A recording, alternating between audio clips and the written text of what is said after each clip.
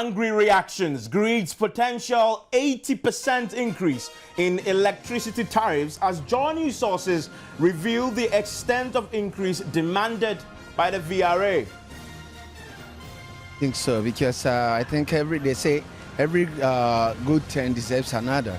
If they're giving us a nice service, then we can consider if there's the need. But at the moment, doomsa everywhere. How do I pay for more?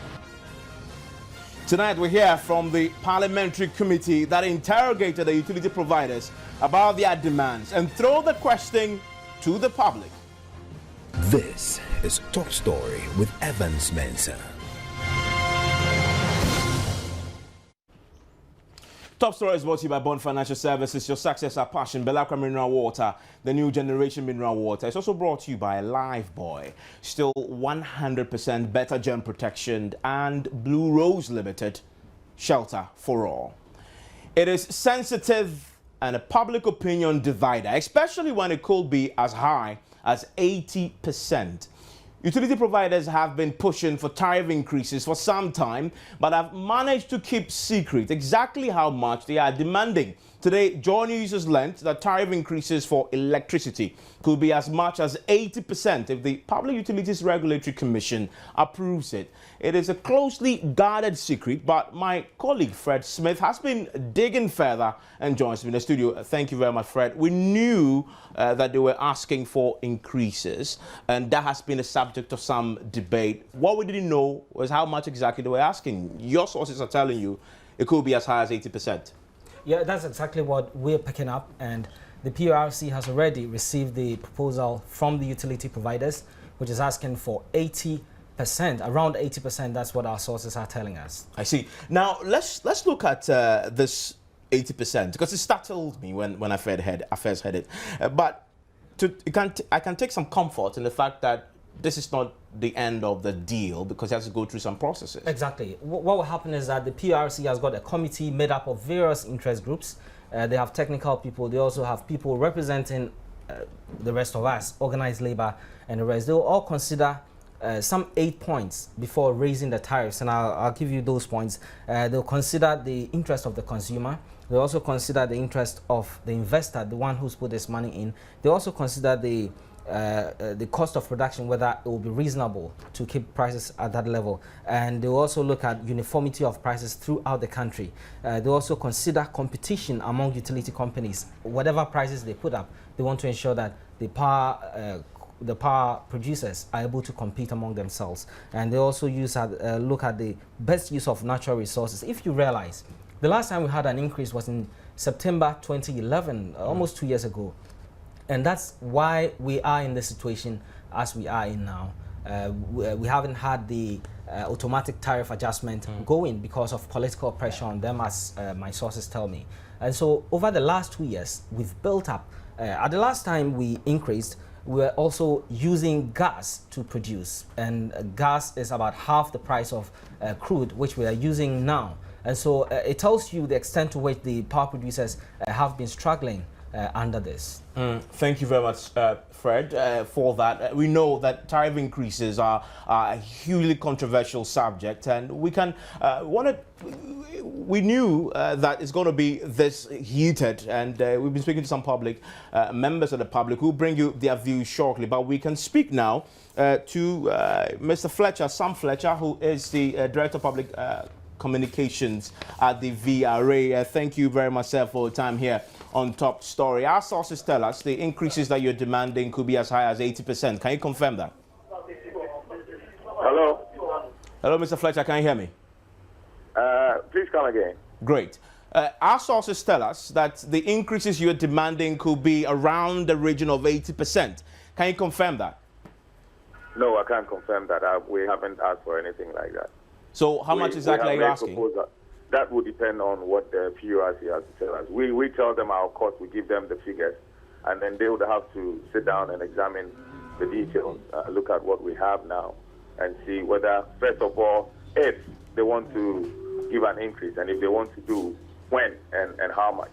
I mean, that is all with the PURC, so you'll do well to speak with them. So what you're saying is that you are not going to the table with any specific increment, but you're just going there to give them the cost and allow them to fix it for you, correct? I can't give you that details. What I'm saying is that we, by law, have every right to make proposals on a quarterly basis, actually.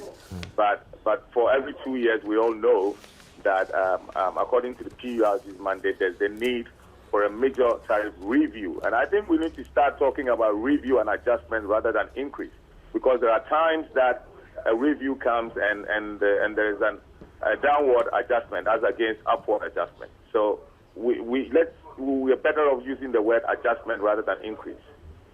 I'll try and ask again, being a naughty journalist, trying to see if I can get you to tell me how much you'll be pushing for. But I've told you I can't say that. I mean, you need to speak to the PRC on that. We will do so, but our sources say 80%. Now, let me ask though, because if this is granted by the PURC, the consumers will bear the brunt. So we hit the streets to find out if they are ready to pay more for the electricity they consume. I want you to listen.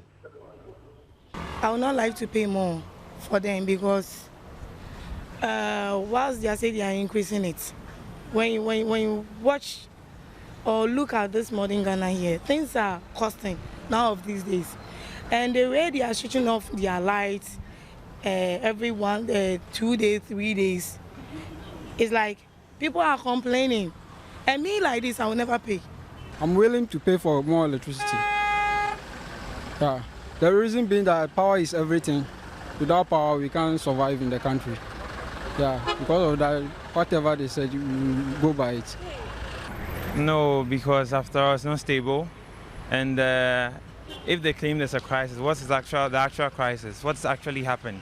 What is the way forward? How do we know that the increase in the tariffs is going to make it work? So I'll be willing to pay for something I don't know about and what it's going to do for me, the person struggling to pay after the increase in fuel prices and the difficulty in getting water. So no, I won't pay.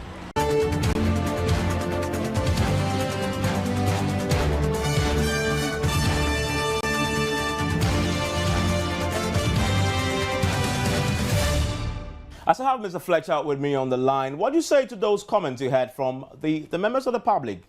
Broadly, they are not ready to pay more. People are as you may know, people have their own opinions, and I think we need to respect those opinions. But these are consumers. I'm not sure how many providers you got on the line to speak with. And like I've always said, we have always approached some of these challenges only from the consumer's perspective, and we've left the providers' issues without knowing, or even if we do, we tend to make it look like we don't know that the root of the consumer's problem is actually with the provider. Now, the question others have asked is, you've said that the state, for example, owes you a lot of money. At the heart of this demand for increases is a need to basically get more capital to reinvest and expand.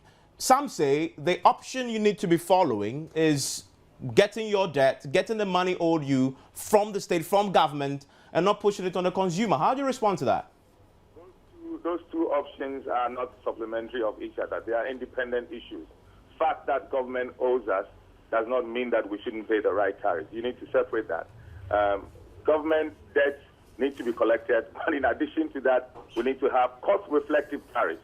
And everyone remember that when the tariffs are not cost-reflective, expansion becomes very difficult, especially when we're calling for private investors to come onto the market. It will be very difficult. How would you, if you were running a business and you spent 200 Ghana cedis and you went to the market to sell your product and you came back with 100 Ghana cedis, how sustainable is that to you? Does that make business sense to you?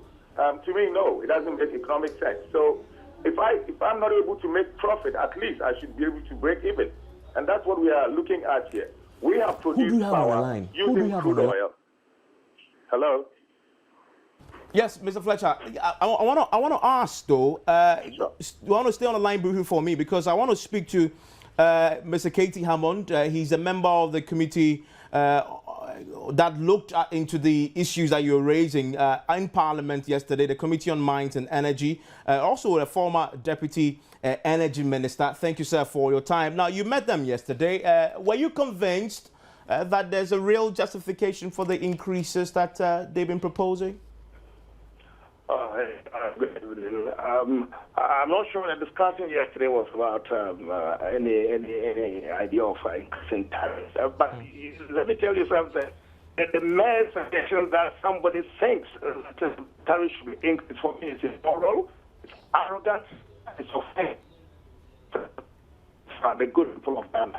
How could anybody, if they ever think that they have any moral element in them, could suggest for a minute, a fraction, a centile of a second, that in the circumstances that we currently find ourselves, they should be suggesting that anybody should be paying that increase in the tariff that they pay. They pay for what services? It's arrogant. I don't want to discuss this matter further. In fact, we should not even be talking to VRA about this matter. We should be talking to the government. VRA is government-owned. Government has put some officials there to run the institution on behalf of the government. If there's any suggestion that the government, which has been put there by people within a context of a social contract to run the government for the benefit of everybody, decide that people should pay through their nose for services, utilities like power, water, and whatever, let the government come out openly and say that. It should not be left to substitutes like VRA to come and make the kind of miserable argument that has been made so far. Listen, I tell you what. The reason for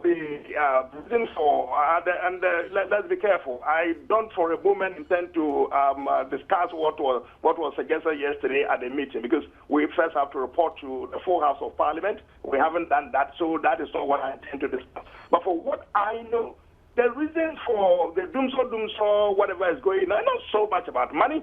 It's not about money. It's about somehow somebody not putting something in a proper perspective. We do know that there is some gas somewhere. We do know that there's crude oil somewhere. And we do know that certain things are broken down. That is what has to be fixed. If a government has any moral sensibilities, they would first have to be thinking about fixing that, making sure that there is this commodity. Okay, Mr. Hammond, I want to get a reaction. I want to get a quick reaction from Mr. Fletcher, who is still in line with me. Mr. Fletcher, what do you have to say to that? Evans, I wouldn't do that. You have to know that Mr. Hammond is from a different perspective, and I am from a different perspective. I speak as a technocrat, and so I wouldn't do that. What I would say, however, is that I think Mr. Hammond has said quite a number of things that you need to understand. We yesterday did not go to Parliament to ask for a tariff adjustment. You know that the Select Committee does not determine how much or what. That's true. That's true. But we know that in your document that you presented to them, it was part of the issues that you raised. It was captured in your document just today. You wouldn't understand. So let me finish. I'm saying that we didn't go to Parliament to speak to the Select Committee on tariffs. We know where we go when we need tariff adjustment. And once again, he has also said that some of the challenges we are having is because we don't have gas. But I think that going forward, if we want to fix our problems in the next 5 years, we need the right tariff. We need that. Okay. Because you see, tariff, the problems of energy, you can't fix them in 2 days. Once you're looking at the short term, you need to look at the long term and medium and long term as well. Unfortunately, I just run out of time. I'm sure there's a heated debate that will continue as the debate goes on. I want to say a big thank you to you, gentlemen. That's Mr. K.T. Hammond, is the Honorable K.T. Hammond, Deputy Energy Minister in the Kufuor administration. Also a member of the Parliament's Committee on Mines and Energy. Also Sam Fletcher, he's the Director of Communications at the VRA. Top stories brought to you by Bond Financial Services, your success and passion. Belacra Mineral Water, Live Boy and Blue Rose Limited. My name is Evans Mensah.